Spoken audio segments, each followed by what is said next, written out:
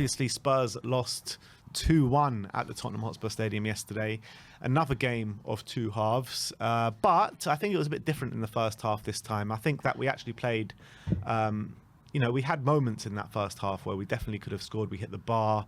Perisic was causing all sorts of problems for Trent Alexander-Arnold. And I think that it's just a shame that we have to go through these defensive lapses in concentration. That first goal was dreadful. How Darwin Núñez was allowed so much time in that box to make a lovely touch and play it to Mo Salah, and how Mo Salah was allowed so much time in that box just to finish it in the back of the net. And we need to be more aware of our surroundings when we're in our box defending like that, especially against a team with so much talent in Liverpool with Darwin Núñez and Mo Salah.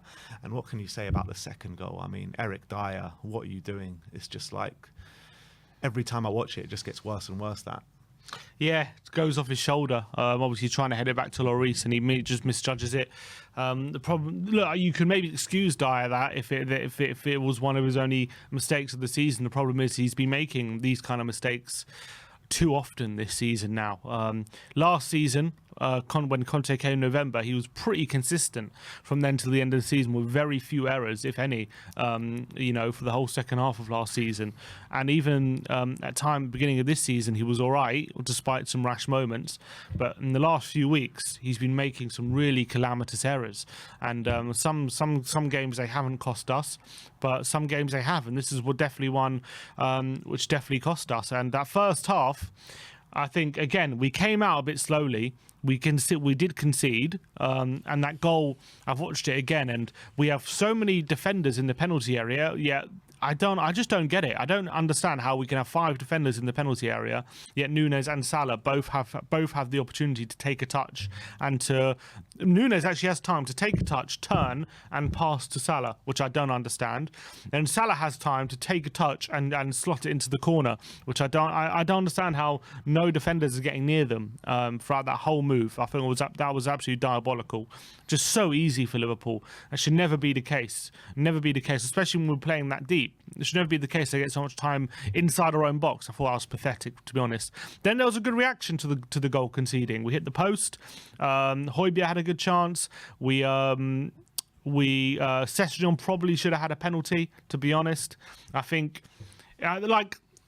if anyone's saying it's soft or anything, Cancelo gets sent off on Saturday, no one says anything. No one says that's soft. No one says it shouldn't have been a penalty. If you watch it, his arms on Sessègnon, he clearly shoves him in the back. In what world is that not a penalty? It's a penalty. It's a penalty. I think the referee probably gets it wrong. I agree that VAR shouldn't get involved. I do agree with that, because I don't think it's enough of a clear and obvious foul where you say that the referee the VAR should be getting involved in incidents like that. Doesn't mean the referee hasn't made a mistake, though. And I think the referee should have given a penalty on that one. I think we've been a bit hard done by, and if anyone was looking like who was going to score the next goal, it looked like it was going to be Tottenham after we conceded. To be fair, we started to dominate territorially, but what happens? Alisson plays one long ball over the top looking for Salah. Dier's in full control of it. He can either head it back to Lloris. He's got 2 other defenders to head it back to as well, if he wants to.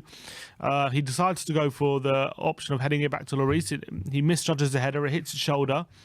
And all of a sudden, Salah's through on goal, and it's 2-0. And just like against Newcastle, we're 2-0 down, where the game just hasn't been that. It just had if you're looking at the game objectively, this should not be 2-0 to the opposition. Yeah, it is, because we keep shooting ourselves in the foot, just like against Newcastle, where Lloris comes charging out his goal and gives them a goal where they probably against the run of play. Dier does that moment against run of play where we're on top, and I don't think that gets recognised. Everyone says it was so shocking first half, but no one recognises that at 1-0 down, we were probably the team looking most likely to score. However, it's also safe to say at 2-0. For the following 5 minutes, it could have been 3. They did pepper us for those last 5 minutes, and I think it was maybe a case of them gaining confidence. That second goal, maybe Spurs retreating a bit. Don't want to concede a third before half time. So definitely, those last 5 minutes of the second half was all Liverpool, and so we had to just get through those. But once the second half started, it was pretty much all Tottenham for that second half, barring a couple of counter-attacks. Salah had a good chance, and I think Nunes hit the bar, although it might have been offside. It was pretty much all Tottenham. We penned them in. Set pieces, we were creating chance after chance. We had Dier had a header. Kane had a header from a Perisic set piece. We were Dier very noticeably was getting a lot further forward than he was in the first half, and actually to really good effect. And I was like, you know what? For all the shit Dier gets, and we give him a lot of shit, I have to give him credit for his second half performance. I thought he was actually really good in that second half. I like him in that right centre back role. He gets up the pitch, he gets crosses in the box, and he's got good quality in his crossing. Yeah, really good quality. So I agree with you. I mean, like in those moments, they're fine, but it's just like, how much longer can you keep up with someone that keeps making these errors that are costing us? And that's fair. No, that's fair. Doesn't mean we have to mention his error every time it doesn't mean every time someone mentions that he did something good, you have to mention his errors. You know what I mean? You can mention that. You can talk about how the good stuff he did. Oh, and we've mentioned his errors plenty. Not saying we'll never mention his errors. I'm just saying, every time, if he does something bad, anytime he does something good, you have to bring up the bad, if you know what I mean. Like, you don't just allow him It's hard not to, though, like when you're losing a game 2-1, and yes, he's done some really good stuff in the game, especially in that second half, but when you're losing 2-1 by the odd goal, and that goal that you lose, it's his fatal error, that is that's the one letting us down. It's hard not to have it in your mind. And understand that. That's fair enough. I'm just saying, in the second half, I thought he was one of our best players, to be honest. I thought he was really good. And I agree. His crossing, he was getting forward in those half spaces on the right-hand side, whipping in some really good crosses. Actually, his link-up play with either the wing-back or Kulusevski when he came on was also really good. The only thing I question in that right centre-back role, he did really well. However, we were penning Liverpool in that second half. Can he do it? Can he do that wide centre-back role against maybe, because I thought in the first half, actually, he struggled quite badly against Nunes at times in that wide centre-back role, and I thought he was getting a bit exposed for pace. But when we were penning them in and we were having a lot of possession, that's when he came a bit more effective. So I thought defensively he wasn't so good in the role, but offensively I was really happy with him on the ball. I thought his some of his long passes was brilliant. Some of his switches of play were brilliant. Isn't that a problem in itself, though? Like, defensively is where you worry about our defender and our number one defender as well at that. I mean, it's just shocking. I mean, like, we've stuck up for Dier as well on this channel a number of times. Last year we were very happy with him, but it's come to a point now with players like him, Emerson Royale, Davinson Sanchez. I know he didn't play yesterday. Matt Doherty. You know, all these players. It's time that we need to upgrade on them, like, as soon as possible, because they're hurting us more than they're giving to us at the moment. And I think the case of Dier, which we've said many, many times, it's not the case of him not being good enough. It's a case of us relying on him to be our main central defender. If he was part of a rotation, or if he was one of many good centre backs, then I think he is good enough. But when you're relying on him to be your best centre back or your main centre back, which we are, then it's a problem. Then it is a problem, because we're overplaying him. He's also not good enough to consistently keep up that high level performance that he's shown he can have over a long stretch, over too long a period.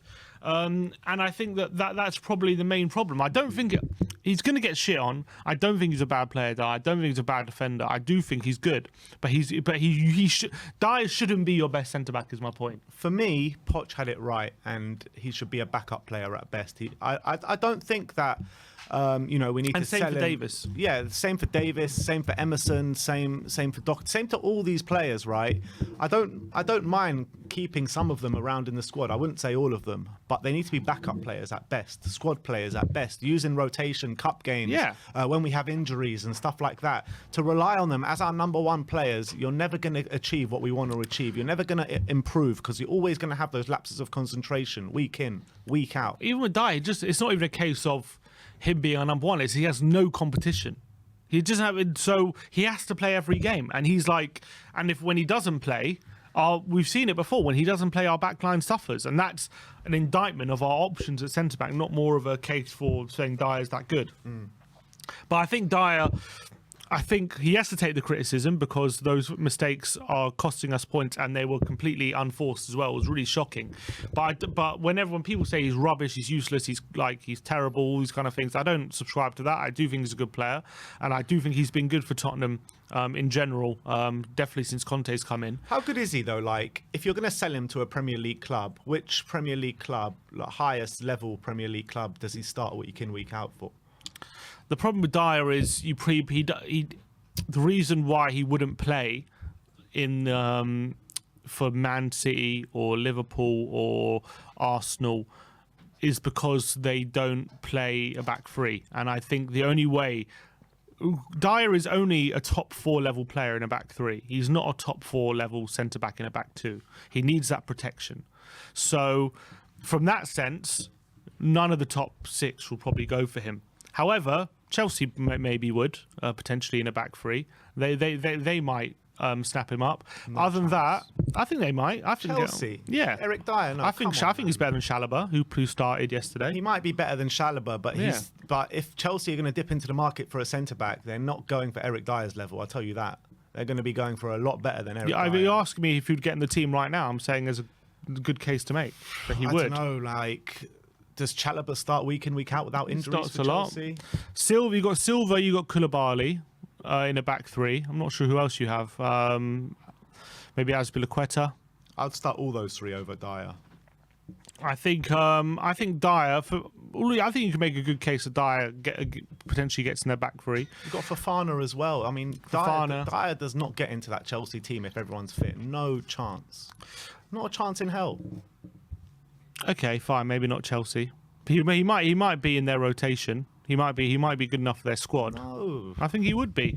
As it stands right now, Eric Dier is nowhere near good enough for Chelsea for what they want to achieve. It'd be the same as him playing for us. I mean, we want to achieve pretty much the same things as Chelsea, and he's not good enough for us. So how's he going to be good enough for Chelsea? He doesn't start in any of the top 4 teams. I agree with you there. He's probably a Europa League level. I don't even think he gets into the Newcastle team. Who they got? Shah. They've got Botman and Burn. Well, Burn hasn't had anything capped despite him playing well recently. I mean, Fabian Shah has been good, but I don't know how Dier would look in their system. But playing in a back 4, you probably don't want him there. I mean, I think just because I think he probably gets in like West Ham's team. Correct. That's the level we're at. I mean, you've gone from Chelsea to West Ham. He's probably Europa League. I think in a back 4, he's a Europa League level centre back. In a back 3, I think he's a top 4 level centre back, and that's proven by the fact we got top 4 last season. For me, so I think he is good enough to be that level. But we're trying to make the step up. Who did we get top 4 over last season? Right, Arsenal, Manchester United. Anyone else? Big teams? Just those 2, right? Yeah. Right now, he doesn't get into either of those teams. Saliba's come in, he's like 10 million times better than Eric Dier. And Lisandro Martinez has come into Manchester United, who also is miles and miles better than Eric Dier. So all of our competition around us that finish below us are strengthening big time. And we're still stuck here with Eric Dier and these idiots at the back. Yeah, and I'm not disagreeing. We need to improve. I'm not disagreeing. Is this when are we gonna dip into this market and improve our defense? It's been way too long now. These players have been here for way too long, and I'm getting sick and tired of watching them week in, week out, to be honest. I'm not disagreeing with you that Dier isn't good enough for us where we want to be. We need to improve on him. I'm just saying you can have Dier as your option at centre back, and that's not.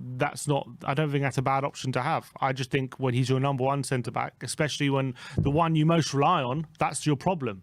Because I think since Conte's come in, he's been pretty good by and large. Ever since Conte's come in, but we've played him every single game. We can't give him a rest. We can't drop him. He's got no competition. We can't rest him. He plays every moment of every single game, and even it doesn't matter what the game is. He has to play. We can't let him put him on the bench. Yeah. And when we did put him on the bench, what happened against Bournemouth? We're 2-0 down. So that's what happened. 2-0 down anyway. Yeah, but Bournemouth, it's a big difference between Bournemouth and Newcastle and those other teams. So, like, as much as people want to shit on Dier, he's like. People have to realise that as well. That definitely takes that comes into effect. But of course, we need improvements. He's not if we want to make the step up from being top 4 challengers to title challengers, then we need better than Dier, 100%. And he keeps making too many costly errors. But he was brilliant in the second half on the ball. I think on the ball, he's a fantastic centre back, and I think he's got one of the best passing ranges out of the back in the league. To be honest, I think he's really strong on the ball. I think his time as midfielder has done him really good. But he obviously defensively and his pace and concentration is letting him down at the moment, and that's sad to see, because it's putting all his good work meaning nothing, basically. That's the case. And I think that, like, look, let's move on from Dier now. Let's talk about a few positives from yesterday, because there were positives out that game yesterday, and I thought that a few players really stood up for us yesterday. And I thought Clement Longley, first of all, at the back, thought he had a really strong game. His playing ability out the back was really working for us in that second half. You saw that lovely ball playing ability from Longley in there, didn't you, yesterday? Yeah, Longley had a very strong showing. I was happy with him in the central area. There was one moment where he nearly put us in trouble, but he played a blind square pass, but he's just about got away with it. But he's the one that recovered and made the challenge for it as well. I can't remember if it was if he made a challenge or it was offside. I think Nunes got the ball and he played it to a player who was offside. But I think he made a challenge anyway, which recovered it. But I think he seems very calm in that position. His passing is nice and crisp, and more often than not very accurate. His long passing as well was definitely improving, and he's definitely starting to show off a bit more. So I was happy with him. I thought he did really well. Again, he was also a part of the defenders who in the first half for that first goal were just so standoffish and were statues in the box. He was too busy just trying to block the shot instead of actually getting close to the Liverpool players, which was disappointing. But I think by and large, a good showing again from Longley, who's every game in the central position. He seems to be doing good stuff. Yeah, and are we starting to see our new signings really start to settle in now? Because I think that was Longley's one of his best performances, and I much prefer him in the centre as opposed to when he's on the left. But obviously the options are not much. And another player who's really starting to settle in is Yves Bissouma. Because I thought Yves Bissouma, he's had a few nice cameos when coming on, but when starting from the game, I mean, he hasn't really pulled up many trees, and we haven't been that impressed with him when starting. But yesterday, I thought from the off was probably his best performance in the Spurs shirt. Yeah, I was really impressed with him. I think occasionally, the only downside I would say is he tends to overcomplicate things occasionally, when a simple pass would be a better option and he tries to play his way out of trouble. But on the benefit of side, when he does play his way out of trouble, like gets a dribble or gets past the player with a drive or a nice control, then it opens up the space a bit more and it allows us to get up the pitch a lot quicker. So I thought defensively was definitely his best game in the Tottenham shirt. I thought he was immense in the second half when Liverpool trying to counter-attack. He was using his pace and strength to just cover so much ground and allow Tottenham a platform to pen Liverpool in. Liverpool playing long balls, the Liverpool trying to run in behind, but he was just mopping it up in the central areas time and time again. And he was a really good shield to just blocking what Liverpool had on the counter. I was really happy with him, and also allowed Bentancur and Højbjerg a bit more freedom. They were getting forward quite well.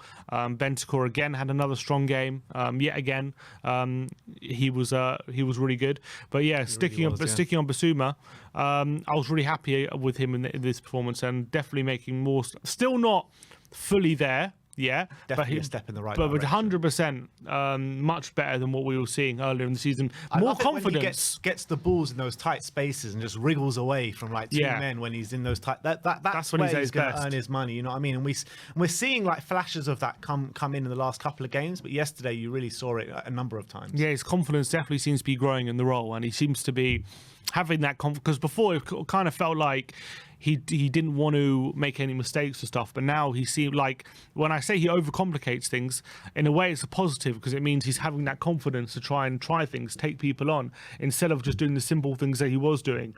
Now, you can do that too much, which maybe occasionally yesterday he did, but it's definitely positive that he's trying to be a bit more proactive in his play, trying to beat players, trying to wriggle out those tight situations instead of just taking the easy option like he was doing earlier. So I'm definitely getting happier with Bissouma for sure. Another player who I want to talk to you about is Perisic, because obviously played in a different role from the start of the game, did move back to left wing back later on in the game, but he was causing Liverpool a lot of problems, wasn't he? Yeah, and I even thought when he was up front, even in the first half, he was probably our biggest threat. He nearly caused Alisson to score an own goal when Alisson hit the post in the first half. I thought he was the only one really intensely pressing really in the first half, winning the ball back hard. He was working so hard.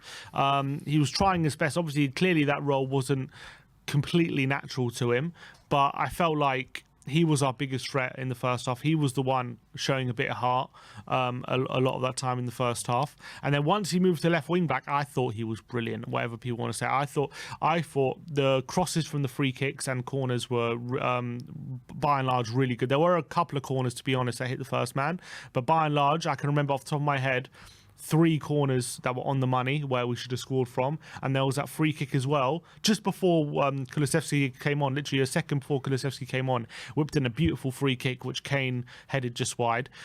His crossing ability I thought was fully on show yesterday, and it's such a shame we couldn't convert any of them, because I thought he put so many on the money and we just weren't clinical enough to make use of them. There were so many that went just wide, or we just miscued, or it was we just couldn't get right. That one when Bentancur's at the back post and just misses it. Yeah, Kane flicks it. Kane flicks it to the back post. There was that one. There was so Longley from a corner. Longley should have scored. Yeah. Longley, man, that should have been a goal. Yeah. That really should have been a goal. Should have got over it. How many times we hit the bar yesterday? We hit the post yesterday. And he hit the bar. Gilt-edged chances. Yeah, and he hit the bar. He should have scored that. We were missing gilt-edged chances yesterday, but why does this always happen against Liverpool? Yeah. It's like a curse we have against Liverpool. Every time we play them, we miss these kind of chances. Yeah, I don't know what it is. It's like, might as well just give up playing against Liverpool, because we always play well every time we play them, but we just miss we miss so many big chances and we end up not winning the game. It happens every time. Do you think we deserved to win that game yesterday? I think on the balance of play, yes. I think on the balance play we did deserve it. If you're a Liverpool fan, what you would say is first half, you got 2 goals, they were 2-0 up, and they're probably the better team in the first half. And second half, they did have chances on the counter to make it 3. They had 1 or 2 opportunities, so you would argue yes. They would argue they deserved the win, and they defended well, which they did on occasion. But I'm a Tottenham fan, but from a Tottenham point of view, first half we shouldn't have been 2-0 down, despite the fact we were. And second half we completely hound them and harried them and penned them in and gave them virtually nothing, apart from a couple of counter-attacks. We gave them virtually nothing going the other way. And it was all Tottenham pretty much for that whole second half. And if that game went on for a bit longer, we probably would have got the equaliser. But I think a draw would have been a fair result yesterday. I think, from my point of view, I think we just about deserved the win. But the fact of the matter is, you can't complain with the draw, especially when you shoot yourself in the foot like we have. I think on the balance of play, we should have won. But when you shoot yourself in the foot, you don't deserve the win. So a draw would have been a fair result. Exactly. That's my thinking. It's like, if you make these screw-ups in the first half, like we constantly keep doing, can you really say you deserve to win the game? But I think we definitely deserve to take something out of the game, the way we played. To get nothing out of it was really hard to take, considering how good we were at penning them in and just putting the pressure on and making those chances and forcing Alisson to saves. And I thought the delivery, especially from Perisic, was brilliant so very, very often, and we're whipping so many good crosses. And now let's talk about the man who's back in action, Kulusevski. Oh man, gimme! You saw the anticipation when he was coming on. When he came on, it was like a goal had been scored in the stadium. I mean, the relief when we saw him back on that pitch, and from the second he got onto that pitch, he was getting the ball, causing problems for Liverpool. Within 2 minutes, he gets an assist, and I mean, like, his kind of actions on the ball is just unbelievable. It's just like something that we just don't have, when he's not on the pitch, and he's just unbelievable. He really is. And the way he just is so direct, makes the right calls every time. Decision making is top notch. I mean, we desperately missed him, man. And you saw that from the first minute he came on the pitch. Yeah, he was a breath of fresh air. One thing he brought, obviously he got the assist, which obviously decision making definitely plays into that. But he just brought that energy on the ball, which we didn't really have have before he came on. He was able to actually in tight spaces dribble past people and get the passes off or get the crosses off, which before that, who was doing that on the ball before that? You maybe had Perisic, but that's not really his game. Kane was trying his best to try and beat some players, but it was like when Kulusevski came on, they really struggled to get the ball off him. He was able to cut inside so often and make things happen, create situations. It looked effortless. Yeah, it didn't take him much effort to do that, and like for someone who couldn't play 90 minutes, he'd come on like a bull in the china shop, and he was just so direct at it. I mean, every time Spurs were just looking to pass it for him because we knew he was the danger man, and within a second he gets that assist. Just shows how much we've missed him as well. Him not being in the team for so long now. He's not played since September, you got to remember, since the international break.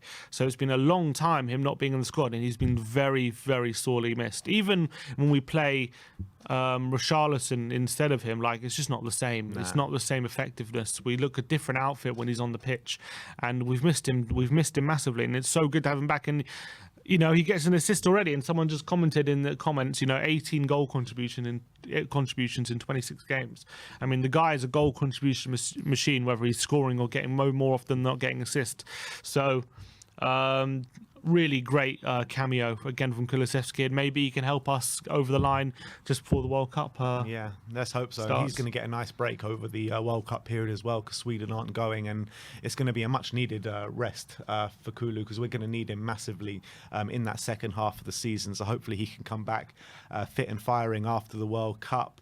But two players I want to talk to you about in Sessègnon and Emerson Royal. Sorry to go back to the negatives, but first of all, Emerson Royal. Once again, I mean, he put in probably one good delivery throughout the whole game. Did he?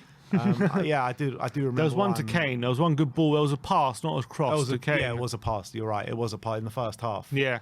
It was a good pass to Kane. But apart from that, I mean, he was getting in good positions. But I mean, there was like one ball into the box where you're really thinking like it's such a good position to cross from, and it goes out nearly to the corner flag, and you're just like, what are you doing? It's classic Emerson. It was a classic Emerson performance again. I think defensively, not too much of note, albeit as well again in that for the first goal where Robertson has all that space. I don't know what Emerson is doing. To be fair, he doesn't go towards him, but whatever. But again. He has the physicality. I've said it so many times. He gets the physicality to get in good positions, get in the good crossing positions. Even gives himself enough time and space to put in a good delivery, but he just doesn't have the quality to do it. Doesn't matter how much time he has, he just doesn't have the quality to deliver a good cross into the box. I mean, he's displayed it time and time again now. I don't know how many times we have to see him do it to learn that lesson that his crossing. At this point, you just have to give up and just say it's never going to be good enough, because I don't know what he's doing in training to improve it, because every time he has time and space on that right-hand side to whip in a good ball, he has players to aim at, he just fails to deliver every single time. More often than not, either goes out for a goal kick or hits the first man. Never on the money. If you just see how effortlessly Perisic does it on the other side, it just makes it so clear how poor it is that Emerson was doing it. And also, I felt like at times in that second half we were doing so well to keep possession, keep Liverpool penned in, and then we would give the ball to Emerson, and he would try dribble and he would lose it, and then he would like try and recover and then make a foul, and it would just break up play, and he would slow the game down. And he was rightfully taken off for Doherty late in the game. And I think Doherty as well actually had a decent cameo when he came on. He was much better than Emerson, and he was very, very, very frustrating. Although I thought in the first half, to be fair, I thought Emerson wasn't too bad. He was one of our better players in the first half, but second half. Again, it's classic Emerson. When we're up against things and we're playing deep and we're conceding possession and we're defending a lot, he's actually not bad. But when we're on the front foot, we're forcing the issue, when we have possession, when we need the quality, he becomes the worst player probably the worst player on the pitch, to be honest, in those scenarios. And it happened yesterday. A player who I was more frustrated though with Emerson was Sessègnon yesterday. And Sessègnon really frustrates me, man. He really frustrates me because he's got such good movement, really good movement, and he gets in the spaces, and you're looking like he's getting into these opportunities where he can get a really good ball in the box, attacking the back post late. But his decision-making and his quality is just so bad, and it was just so frustrating yesterday. In defence of Sessègnon, all I would say is, one, he was unlucky not to get a penalty, and two, he was unlucky not to get an assist because he laid one on for Perisic at the bar. But other than that, he was really poor again yesterday. So many opportunities to someone like Trent, who's low on confidence in defending. He's clearly getting caught out a lot, and at the moment he's struggling defensively. Like every time we took him on, it was too easy for Trent to defend against him. He wasn't making Trent think enough going back the other way, and he was getting in decent positions, but the quality was lacking, unfortunately, from Sessègnon more often than not, and he really struggled to impact the game positively a lot of the time. And again, rightfully taken off late in the game. We looked a lot better when he was off, to be honest. Once Perisic went back to wing back, we put Kulusevski up front. We looked a lot better. Perisic again showing how what an effective wing back looks like yesterday, and it was night and day to what Sessègnon was offering, and it's such a shame because it's now a few games in a row he really hasn't been good, and now it's off the back of a few really positive displays from him. So it seems as though the performances are dropping a bit from Sessègnon at a time where if he put in some really strong showings, he would even have an outside chance of the World Cup because of the injuries, but he's not showing enough to be on that plane, I don't think, unfortunately, for him. Absolutely spot on.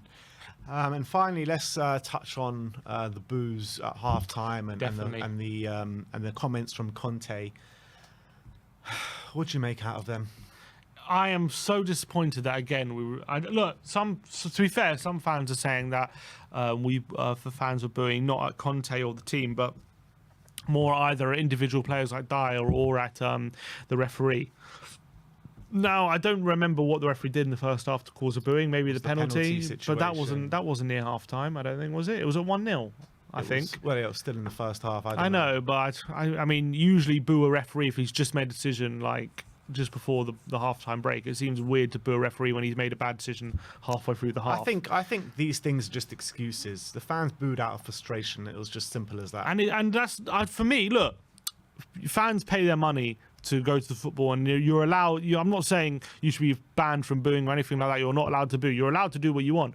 I just think you shouldn't. I don't think you should boo in those kind of situations, especially when the team is trying its best, especially when I don't even think we were that bad in the first half. We were probably unlucky to be 2-0 down, albeit we did shoot ourselves in the foot. So obviously there's going to be frustration there, and I completely understand that.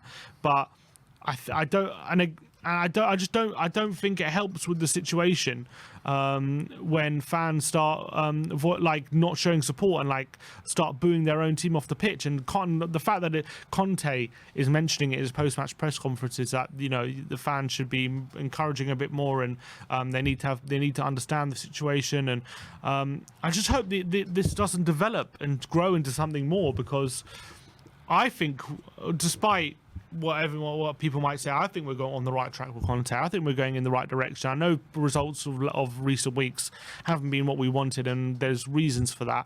But I do think the way we're playing is going in a positive direction. I do believe in this manager. I do believe if we can give this manager what he wants and we can give him the tools, he can definitely be a success of this club.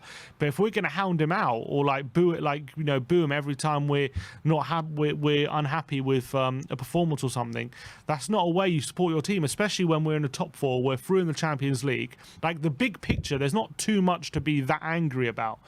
Obviously, you're always going to want better. You're always going to strive for more. We want better players. We want better defenders. We want better performances, of course. I'm not saying don't have high standards, but what I'm saying is our job as fans is to support the team. And when the team are trying their best, they're unlucky to be 2-0 down. It doesn't help the situation by booing them off the pitch and make it look toxic and kind of cause toxic atmosphere.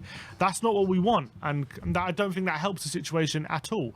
And I'm disappointed, to be honest, that the fans keep doing that in general. I know you if you're a fan who booed, you might argue, well, the team came out firing in the second half and it worked. You might argue that, but I think they do that every week. From an aesthetics point of view, you're making it look like it's a toxic atmosphere and the fans want Conte and all these kind of things, and that's not a good look to have, especially when the majority of fans don't feel that way, in my opinion.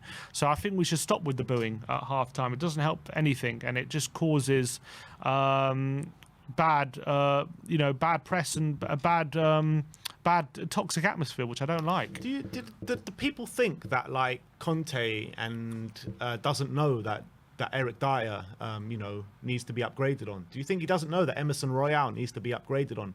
What is booing going to achieve? What are we going to achieve? We need to get 100% behind this manager, and then we can get to great things and go in the right direction. This manager and this team are doing the best that they can in their capabilities at the moment. We don't have the squad. We don't have the players where we can go out there and perform like we did under Prime Poch week in, week out, and get the results like we did there, unbeaten at home all season, and last season at White Hart Lane and stuff like that. We just don't have that right now. And the team need all the backing and all the support that they can get. Yes, we're supporting bog standard average players sometimes at the back in defending and at wing backs, and we don't have the players to maybe fulfill the Conte system. But we need to back this manager, and we need to show him the love and support so he can get the backing, and he can push us on to the heights where we really think we can get to under this manager. 100%. And again, I agree. I think it's really disappointing, the boos. I think that boos should only be rung out if it's something really, really bad. Really bad, and that doesn't go for a first half performance where, you know, 2 defensive cock-ups and you're 2-0 down at half time. I'm talking about where players disrespect the shirt or something like that, like a Hossam Ghali moment, like a Tanguy Ndombele moment. Well, yeah, when the team isn't trying, or, you know, they're not trying their hardest and things like that. I just don't believe that's the case with Tottenham under Conte right now. So I don't understand why the fans have to feel the need to voice their frustration in that kind of way when, like, going to the season, like, obviously the aim was probably a top 3 finish and hopefully a cup, and like there's nothing to suggest that we can't do that this season. Like, it's not like we're languishing in mid-table or something like that, and like we're just like, it's just the team isn't trying week in, week out, and Conte's lost the dressing room or anything like that. That just isn't the case right now.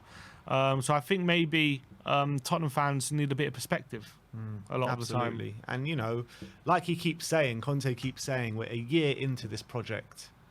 Yes, I know it's not really, you know, we don't have Conte signed down, we don't have Kane signed down, so there's a bit, it's all up in the air at the moment a little bit. But the fact of the matter is, Conte's here, Kane's here, and if we give him this love and support and he gets the backing that he needs, then he will be here and he will sign that contract. Like, I remember when we played United under Nuno's last game, obviously the atmosphere was really toxic that day.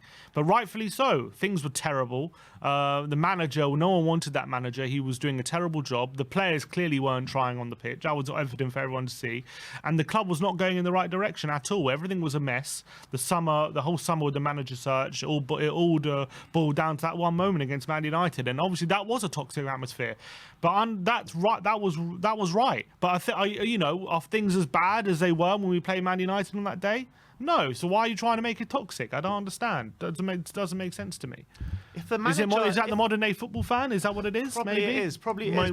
Wanting instant success at this very moment. If you want instant success with this squad, you are seriously deluded. That's just the facts of the matter, I think.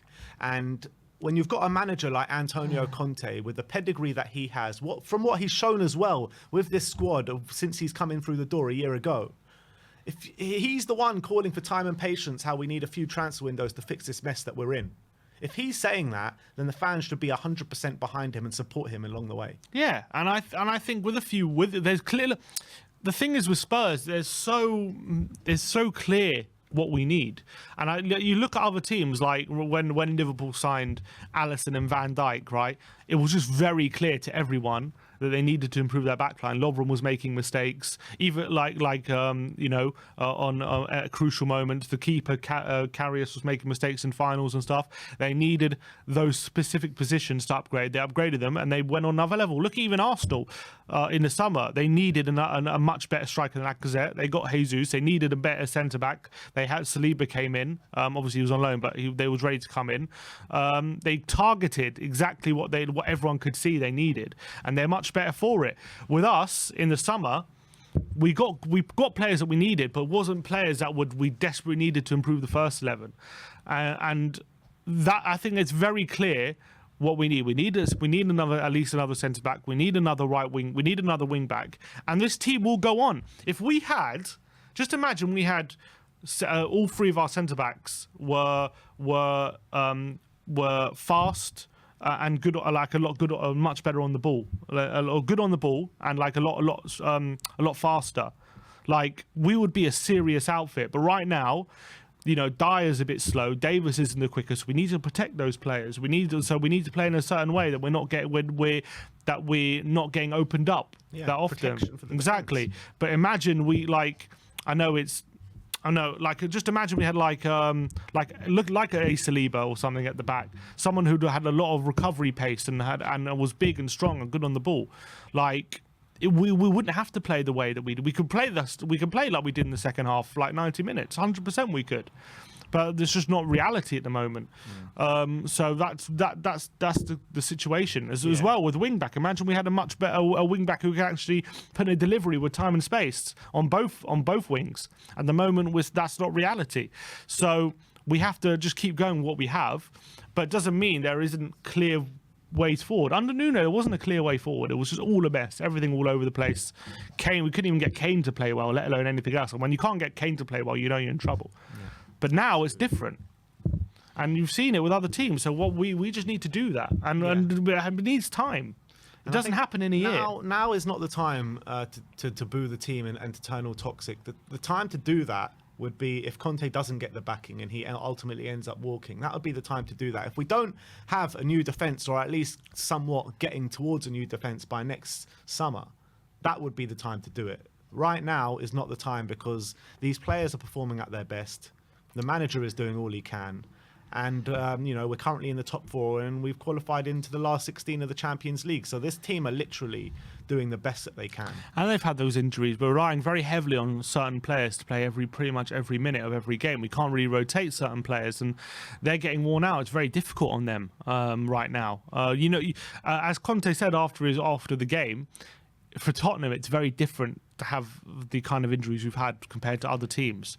For example, you look at Liverpool, the team were playing yesterday. They had Diaz injured and they had Jota injured. But who do they have up front? They had Nunes, Firmino, and Salah, and they had Harvey Elliott as well, backing them up.